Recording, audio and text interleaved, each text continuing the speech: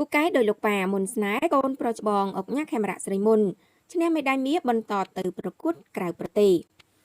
ជាមហាជននិយមតាមដានទាំងការងារសិល្បៈនិងជីវិតឯកជនរបស់អុកញ៉ាខេមរៈស្រីមុនច្បាស់ជាធ្លាប់បានសរសើរមកហើយពីតារាចម្រៀងប្រចាំផលិតកម្ម Galaxy Navatra រូបនេះចាំមិនត្រឹមតែជោគជ័យលើជីវិតការងារតែម្យ៉ាងនោះទេ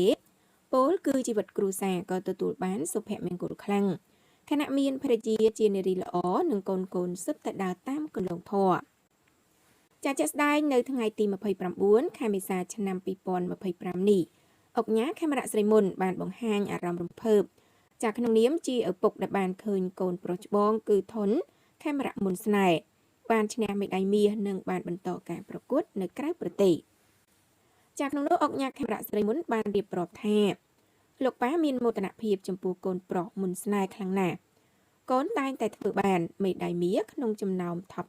10 ចាស់ហើយក៏បានជាប់ឈ្មោះទៅប្រឡងនៅក្រៅប្រទេសបន្តទៀតផងដែរនិងសូមកោតសរសើរចំពោះក្មួយៗដទៃចាស់ដែលបានចូលរួមការប្រឡងនេះចាស់ដែលសិតតែពូកែនិងឆ្លាតវាងវៃណាស់